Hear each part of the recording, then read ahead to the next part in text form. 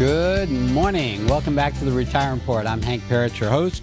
All right, I've shared with you, this is one of the things for when you come into my office, when I meet with clients, one of the things we do when we look at their portfolios is we look at the different holdings they have. Now, and we do Morningstar reports, so whether it's a mutual fund, an individual stock, bond, or bond fund, what we typically are seeing, of course, are mutual funds, usually stock and bond mutual funds. And in those, we'll see something that says high yield. Well, when you see high yield, this big red flag goes up, okay?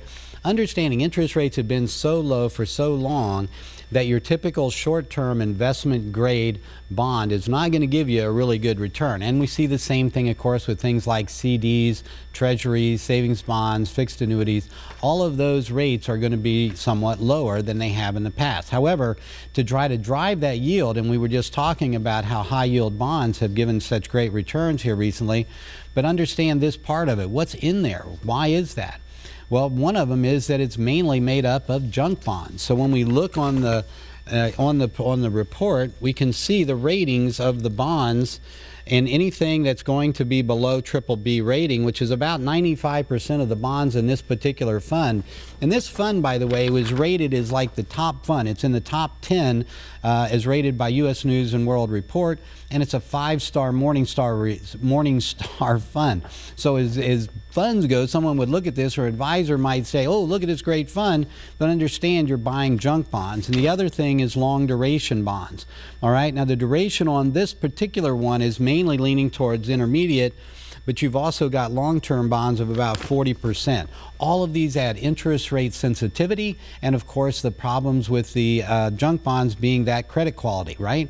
If you're loaning money to someone that has to pay you more to be able to borrow the money, that means higher risk. Right, so if we're adding risk in our bond portfolio, which is supposed to be reducing risk, yeah, we may be getting some short-term returns, but what is it going to mean over the long term as far as that volatility? If the market goes down, you're going to see these things take a huge hit. And this is one of the things that Carl Icahn talks about quite a bit. And he's got a great, if you Google Carl Icahn, go onto his site and take a look at how he deals with bonds. He talks about how you have these money managers all in this room, and they're all holding these high yield bonds, these junk bonds and these long duration bonds, thinking that when the market turns and they need to get out of them, they're all going to be able to just dump them. The problem being, as he put it, you got a lot of people in a big room with all these bonds that are all going to be trying to sell them at the same time. In other words, they're trying to get out of that big room and through a very small door.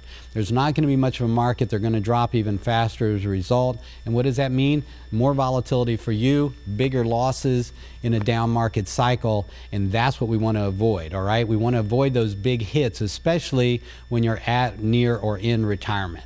All right, so that's just one of the areas. Take advantage, come see me. I hope this has been helpful for you this week, and I hope you tune in each and every week here on the Retirement Report.